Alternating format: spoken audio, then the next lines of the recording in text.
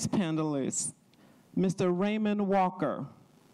Raymond Walker III is a native of Atlanta, Georgia, who earned a Bachelor of Science in Computer Science with a minor in psychology from the University of Southern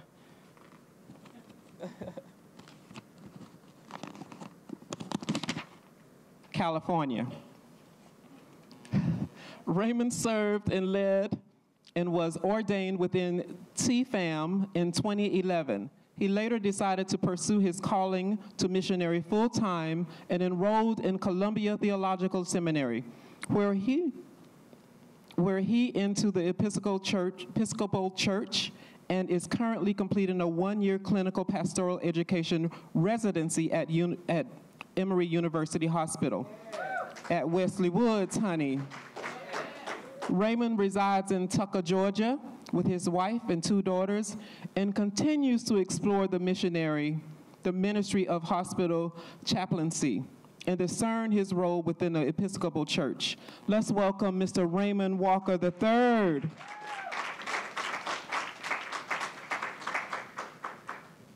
Hello, Mr. Walker. All right. Our third panelist is Ms. Tori Cooper, the one and only. Tori Cooper is a consultant and prevention specialist at Positive Impact Health Centers in Metro Atlanta. She earned a Bachelor of Arts degree in Human Services and is matriculating towards her Master of Arts in Public Health. Matriculating towards her Master of Arts in Public Health. She has over 30 years of experience in HIV advocacy, starting as a volunteer, then eventually making a full-time career change to focus on the HIV epidemic. It's still here, y'all. It's not going anywhere yet. Tori has traveled extensively as national trainer and has served on several boards, including Atlanta Mayor Keisha Lance Bottoms, TLGBQ Advisory Board, which I must say, Mayor Bottoms has been bold enough to not only appoint one trans person, she's appointed 4 trans people, and 3 of us are women of color. She is driven to empower the community by being a role model and a staunch advocate. Tori Cooper lives by the credo perfect, Pastor. Oh, well, you know what? She's the last one, so thank you. Let's give it up for our pastor, y'all. Okay, Tori has traveled extensively as national trainer and has served on several boards, including Keisha Lance Bottoms. She is driven to empower the community by being a role model and a staunch advocate. Ms. Cooper lives by the credo that with greater visibility comes greater responsibility. Let's welcome Ms. Tori Cooper to the stage, y'all. Come on, give it up. So how y'all doing tonight? Well. Y'all ready for a tea time chat here at Rehoboth? Okay, well, let's get into it, because I know y'all have some burning questions for later, so. All right, my first question is to Mr. Walker. Has the relationship between the Black church and trans people evolved, or have we remained stagnant in developing those real relationships? The relationship between which again? Trans people and the Black church. Trans and the Black people and the Black church. I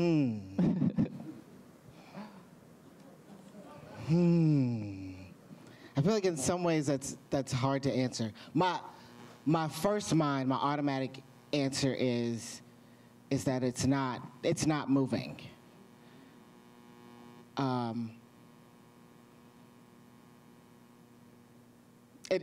In the way that it still has a ways to go. I don't currently attend what one would call a Black church. I am Episcopalian. I go to a small 125-year-old Episcopal church, and that's like right by downtown Decatur. The majority is older white people.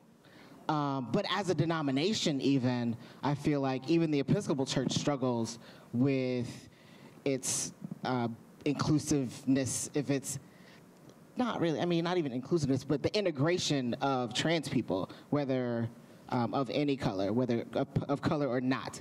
But my experience with Black church is that it almost depends.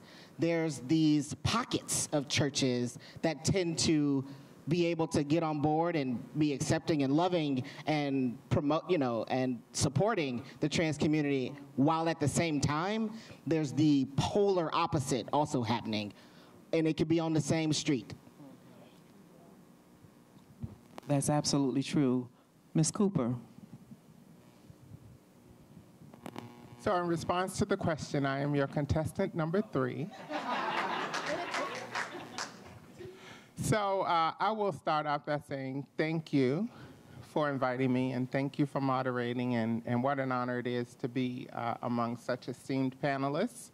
And I will also say that the church has been the source of some of my greatest victories and some of my greatest defeats. The church has been a place where I've received more love than any other institution and more hate than any other institution. And regardless as to your denomination or the zip code of the church that you go in, there will be some people who love you, and there will be people who wish damnation upon you.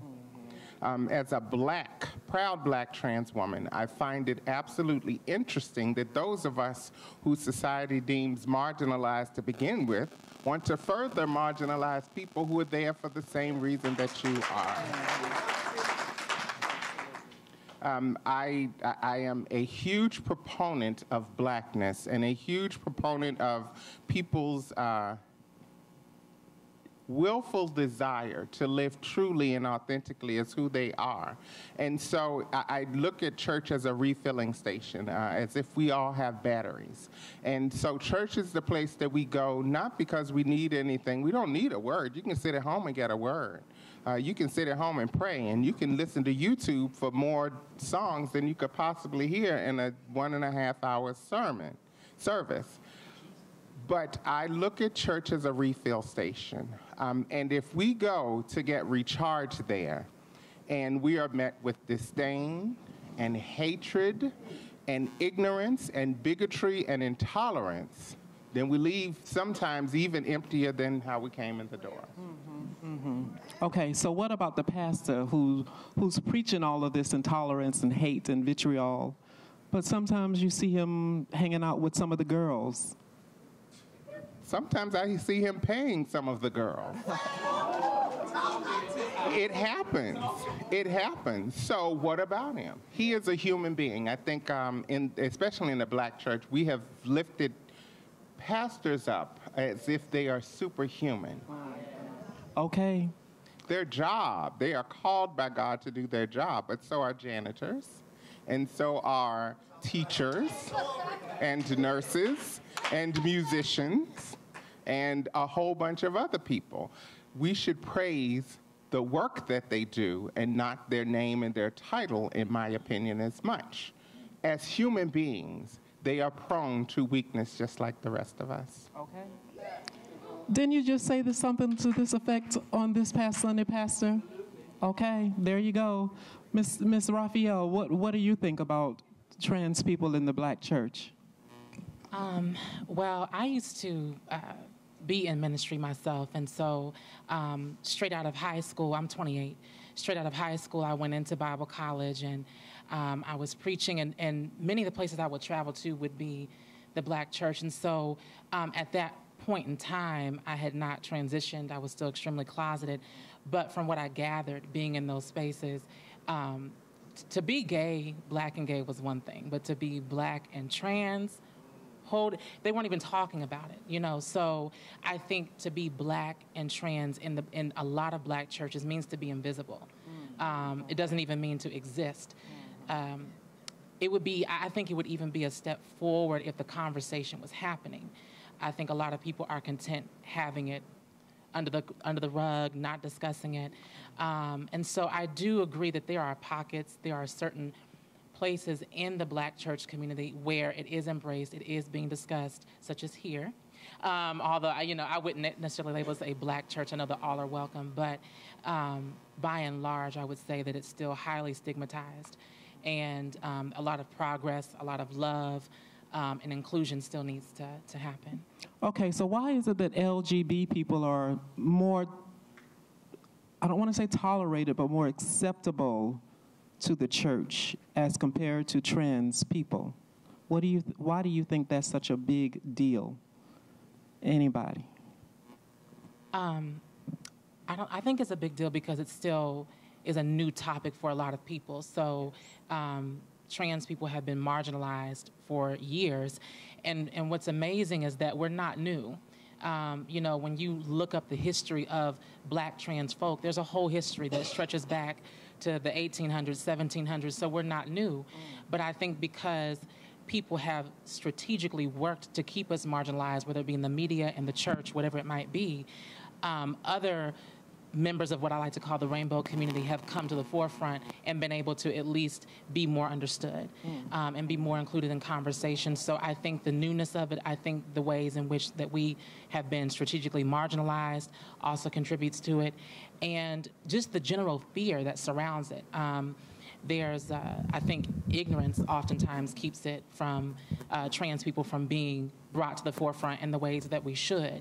So people being content, just not understanding. So that would be fine. Sorry, you wanted to add? Okay. I actually agree with much of what you said. I think that I believe that trans identity and reality is a threat. I think that it's in some ways a threat to people's identities, their own identities.